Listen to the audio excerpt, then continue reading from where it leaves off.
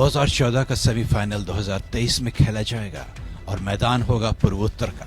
पूर्वोत्तर के 3 राज्यों में सेमीफाइनल चुनाव की तारीखों के ऐलान के साथ सियासी तपिश बढ़ गई है।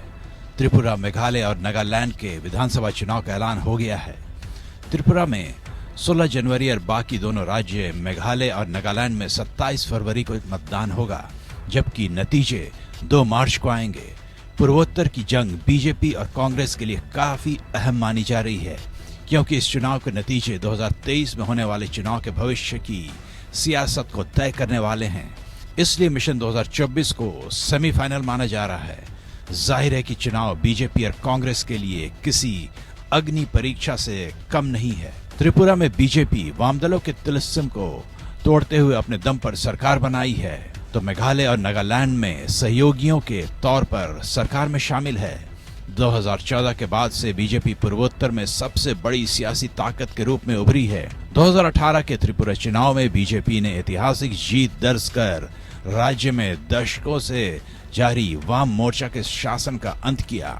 त्रिपुरा में पार्टी ने 0 सीट से बहुमत हासिल करने और मत प्रतिशत में 41% बढ़ोतरी का कीर्तिमान बनाया था।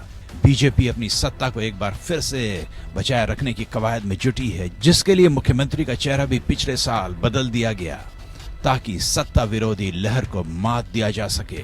जाहिर है कि बीजेपी के सामने पूर्वोत्तर में अपने सियासी वर्चस्व को बचाए रखने की चुनौती है, तो कांग्रेस एक बार फिर से सत्ता में वापसी के लिए बेताब है। हालांकि कांग्रेस के लिए अपने राजनीतिक अस्तित्व को बचाने बढ़ाने की चुनौती इन चुनावों में रहेगी। त्रिपुरा, मेघालय और नागालैंड में कांग्रेस का संगठन कमजोर है और उसकी जगह टीएमसी जैसे दल तेजी से अपना पांव पसार रही हैं। ममता बनर्जी का पूरा फोकस पूर्वोत्तर के राज्यों में कांग्रेस का विकल्प बनने की है, जिसके लिए उन्होंने अपना पूरा फोकस रखा है। इसके चलते ही कांग्रेस ने त्रिपुरा में लेफ्ट पार्टी के साथ गठबंधन कर लिया है, क्योंकि उसके साथ साथ लेफ्ट के लिए भी टीएमसी एक बड़ी चुनौती बन गई है।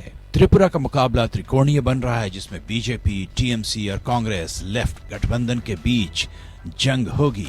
वहीं मेघालय में एनसीपी और नागालैंड में नेशनलिस्ट डेमोक्रेटिक प्रोग्रेसिव पार्टी की सरकार है। बीजेपी दोनों ही राज्यों में सहयोगी दल के तौर पर सरकार में शामिल है। ऐसे में इन राज्यों के नतीजे भी बीजेपी के लिए बेहद अहम साबित होंगे, जिसके लिए पार्टी अपनी ताकत बढ़ाने में जुटी है।